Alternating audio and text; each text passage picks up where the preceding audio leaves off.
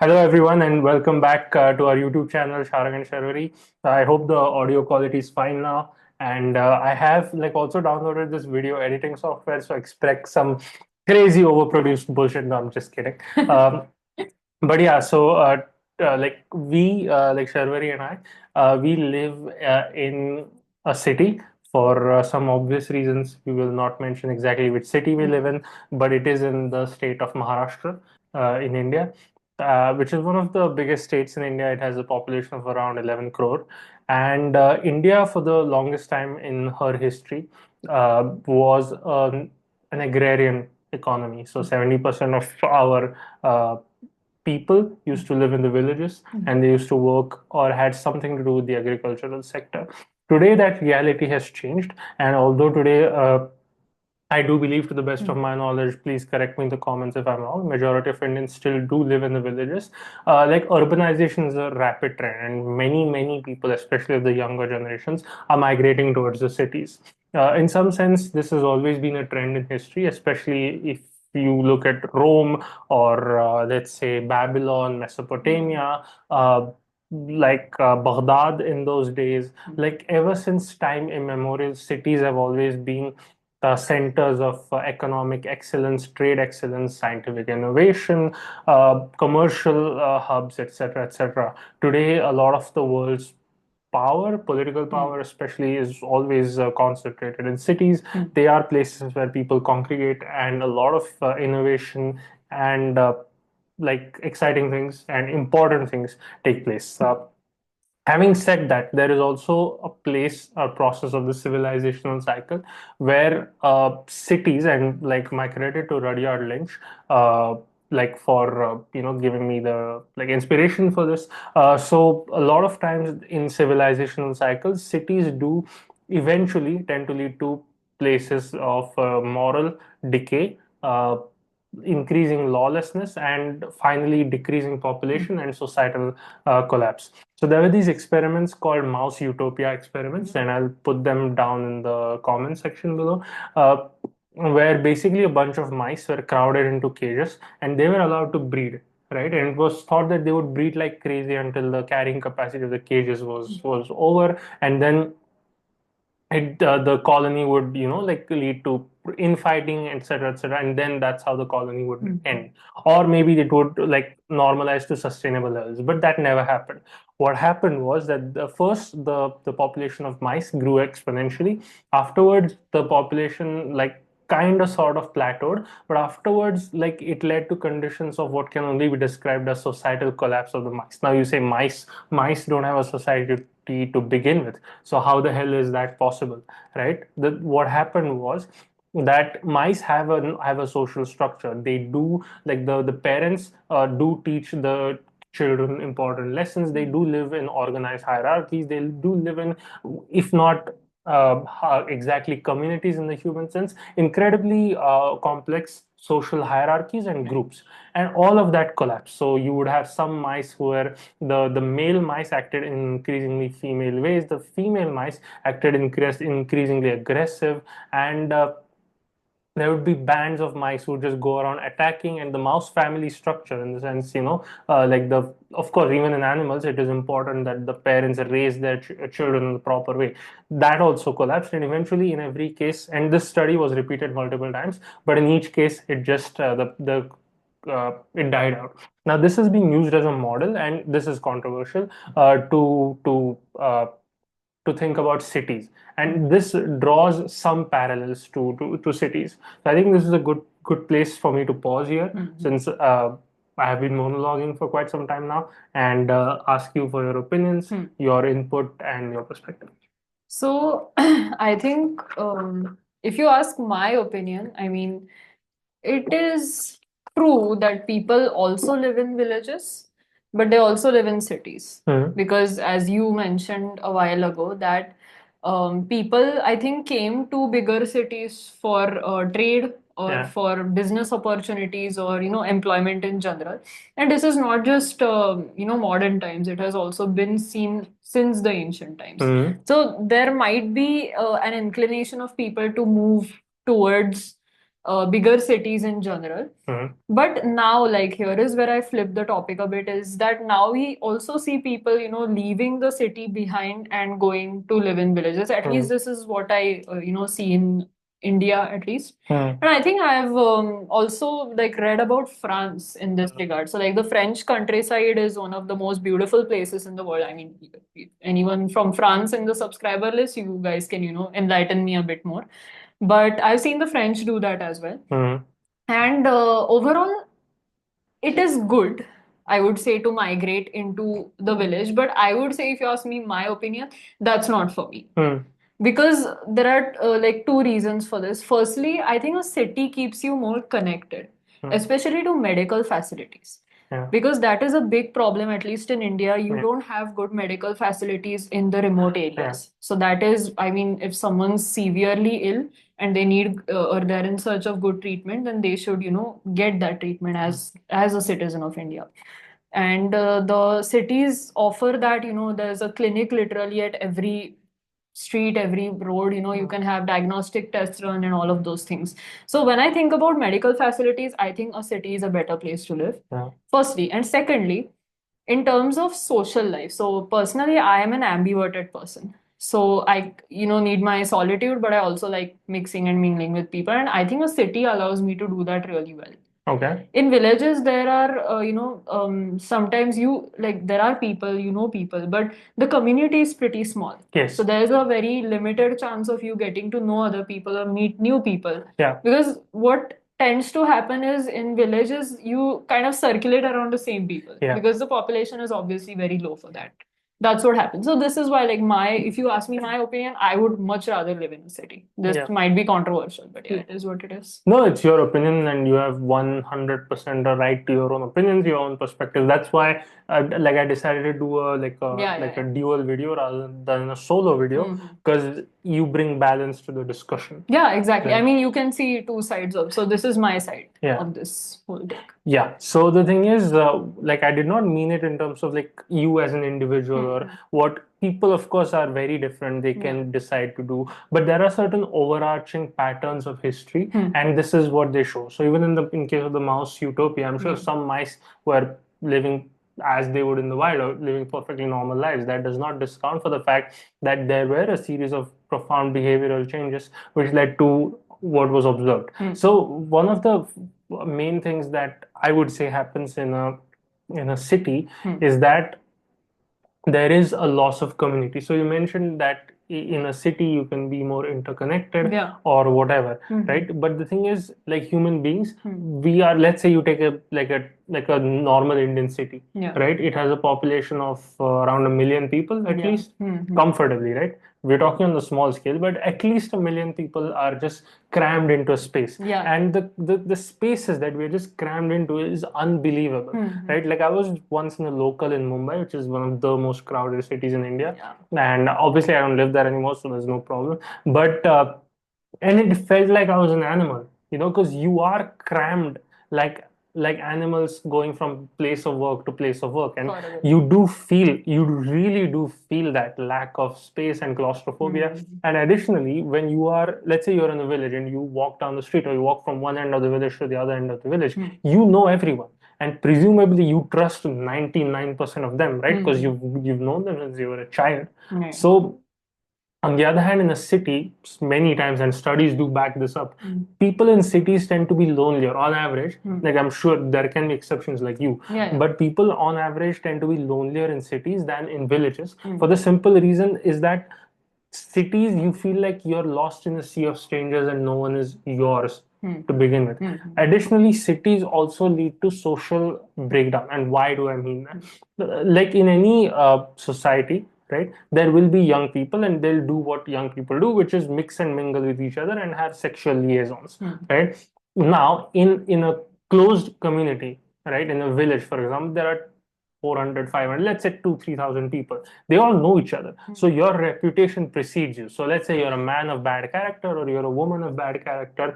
That reputation will precede you, and then other people will be able to avoid you. You get what I'm saying? Yeah. Got it. On the other hand, in a city of 1 million people, you can be a total, I won't use an expletive, but think of any expletive. You can be a total XYZ to many people before you're called out for that. Before you're found out for what an atrocious person you are. That's one thing. Another thing is that if you are in a small knit community of 2,000 people, it's pretty easy to police the community for the simple reason everyone knows everyone. And historically, that's how human beings have always managed our social relations. So police forces did not really exist to the extent that they do in the modern world, for the simple reason that urbanization was not on that scale. And even today, like there's always a joke from European villages that in a community of 3,000-4,000 people, the police is not really needed, because everyone knows everyone. So that's how and if there is a particular person, and there are most of the times it's young men who commit the vast majority of crimes. If you think it's sexist, it's just reality. Uh, these young men are dealt with, in ways which might not feel good, but sorry to no interrupt you, problem. but I think Please. I have a good point. So like they police themselves in a way. Yes. Yeah. Right. Exactly.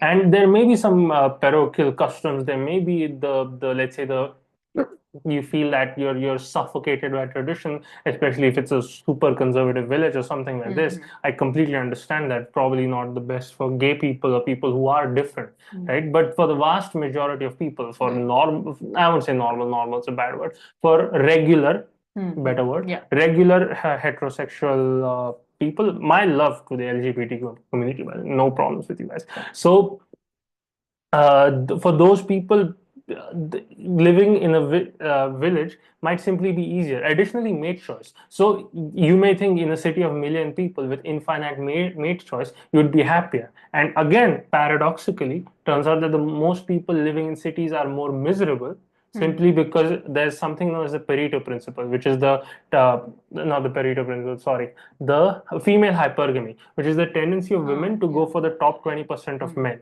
And because that happens,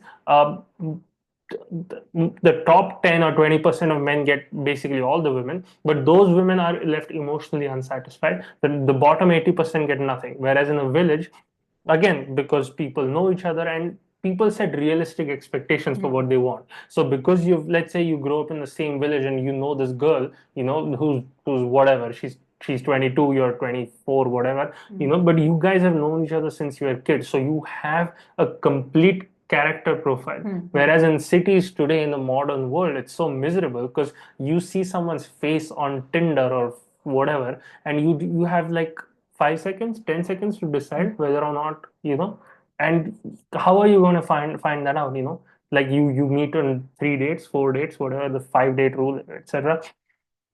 However, that's too short a time. Whereas in villages, you get your entire life and not just your opinion. So, especially in Indian villages, and to be honest, in all traditional villages all over the world, your family plays a role, your friend circle play a role, right? You don't just ask oh, how is that girl? You ask your parents, you can ask people around you. Sometimes it ends up being bad, but sometimes it also. So, your perspectives on the whole matter. Yeah. I mean, that's one thing. I mean, I would maybe speak more on the environmental things, because here I would definitely, talk in favor of small remote areas, because those places are really still very much so blessed with fresh air. I mean, cities have become stuffy. There's water pollution, noise pollution, there's air pollution. Like, where do I even start? I recall I was just looking out the window the other day and I see it's like 6 a.m. I see this film in the air and I'm wondering what is that? And then he told me it's smog. Then I was like, my God, we breathe that air every end. This was like in the morning. So I'm not even gonna try it, how bad it would be throughout the day. So yeah. But environmentally, I think raising kids overall, or I mean, having a family, or just even if you don't have kids, like for yourself, it's pretty bad. As the environment really has gotten worse, and with a country like India, you have cities that are super populated. Again, this is also a similar case for cities like London. I myself have been to London many times, so London's stuffy. Paris, I've been there 2 or 3 times. Paris has traffic issues. Like, if people think, the West is better, I think you can add in the comment section down below. Paris is horrible. As well as I think other European cities might be the same. At least I know these two. I mean, I was in Berlin, Mm. so like I didn't feel it much, but maybe Yeah. Germany is the, I don't know. Like I usually lived in small cities in Germany, Mhm. so I can't really speak for Germany much. Yeah. But yeah, but Belgium, oof, bad. It's a Yeah. bad place. The So capital of Belgium is, I forgot. I forgot I either. think it's yeah. My Is it apologies. Antwerp? I'm not sure. So I was in the capital of Belgium, and it was also the peak of the refugee It's crisis. Brussels. Brussels, Right. yes, sorry. So for all of our subscribers, I'm better at geography than him. Yes, she is. No disagreements there. So yeah, Yeah. you were No, saying. just that environmentally, I think it's pretty bad. So that is why, in that case, I'm in favor of villages for Yes. sure. And the thing is, like because you're in a crowded environment, you barely get any physical activity. You Mm-hmm. don't get fresh air, and that's why people in cities, on the whole, are very unhealthy, and they're miserable too because you don't get fresh sunshine, you don't get to eat clean, nice, healthy food, you Yeah. don't really get community. So how do you expect to be happy? And so the final point is that about religion. Right now, you may think, what the hell does religion have to do with urbanization? And this is the part where I'll reach talk with my heart. I'll speak about with my intuitions. Now, the religion of India, I believe, comes from the earth or the soil of India because religion, right, or spiritual intuitions and spiritual beliefs are rooted in the culture of that place, and the culture of a certain place always is a village because that's where the culture originates. So if any country, any civilization first starts in a village and the culture first evolves in those villages. So all spiritual and religious traditions of a culture are rooted in the villages. And that is why when you move to the urban cities, you automatically, there is a secular impulse simply by the fact that you're disconnected in some sense from religion, from your root culture, which is also the source of your spirituality. And I believe this is the reason why, if you see, and this trend is observed cross culturally, people in cities tend to be much more secular and irreligious than people in villages. Now people often say this to be, nah, yeah, people in cities have access to more information, they're smarter, like, no, that's not true. People in IQ has nothing to do with urban or rural distributions, nor does it have much to do with whatever race. But yeah, or gender for that matter. But yeah, like point is that you are disconnected from your religion, and you lose your connection to Mother Earth, and you lose connection with God in some sense. And I believe that this is one of the most surprising facts that I found out, and this is why I'm making this video to begin with. So we have this misconception of the ancient world as places where the birth rates always kept exploding, and no, people always kept having more and more kids until and unless there was a bloody war, and that's what led to civilizational decline. But again, shout out to Rudyard Lynch, who pointed out to me that in history, whenever there was excessive urbanization, birth rates have always tended to fall. So he talked about Rome, and how did they find out? So in any cities in the ancient world, they would build walls around the entire city, right? So it's like in Rome, year after year, the size of the circumference of the walls got smaller and smaller, which means that the cities were shrinking. And there were talks of collapsing birth rates even in cities, right, in the ancient world, before birth control, before the feminist revolution, before industrialization, before anything and everything. And in the modern world, the moment, like, this has a correlation, the moment we urbanize is the moment we stopped having a sustainable birth rate. Examples: Singapore, North Korea, Japan, India. You may think Indians are crazy and breed like rabbits, like the racist Winston Churchill, but that's not true. In cities, the birth rate is lower than in some European countries. Even in America, America is a classic example, right? Because American cities, very low birth rate. American countryside, better birth rate. Rural areas tend to not have population collapse to the same extent. And Rudyard Lynch, again, shout out to him, gave the classic example of Italian cities. So he said at one point, because there was a significant Arab influence, all Italian cities had Arab population, whereas Italian countryside had mostly native Italians, right? Because they had colonized Al Andalusia or Spain or whatever. But Today, modern Italians have rarely any Arab genes in them simply because the Arabs were mostly concentrated in cities. There was collapse there. So, yeah, this is what I feel. Uh, I believe these are part of civilizational cycles. So man emerges from the forest, so to speak, establishes these small communities. They aggregate to form villages. They aggregate to form giant mega cities. Something goes wrong in those cities. They're not sustainable, leads to civilizational collapse, and the whole cycle starts again. And this is a civilizational cycle of which we are all a part of. We can't do much about it, but I think it's important to know where you are in history, because unless you read history, you're blind to its patterns and a slave to your own impulses. And I think this is a good place to conclude. And this Yeah, no. I guess I think, yeah, it's a great place to conclude. You did make a lot of good points. Yeah. And I think we could put forward what are our opinions on this Yes. whole thing. So we would love to hear your thoughts as well, guys. So please make sure that you comment down in the comment section down below. And also, if you want to stay engaged with our content, make sure to like, share, and subscribe to our channel on YouTube. We love making content for you. Yes. So we really want you guys to, go and hit that subscribe button right now. Thank you so much, and we hope you have a nice week ahead. Bye. Bye.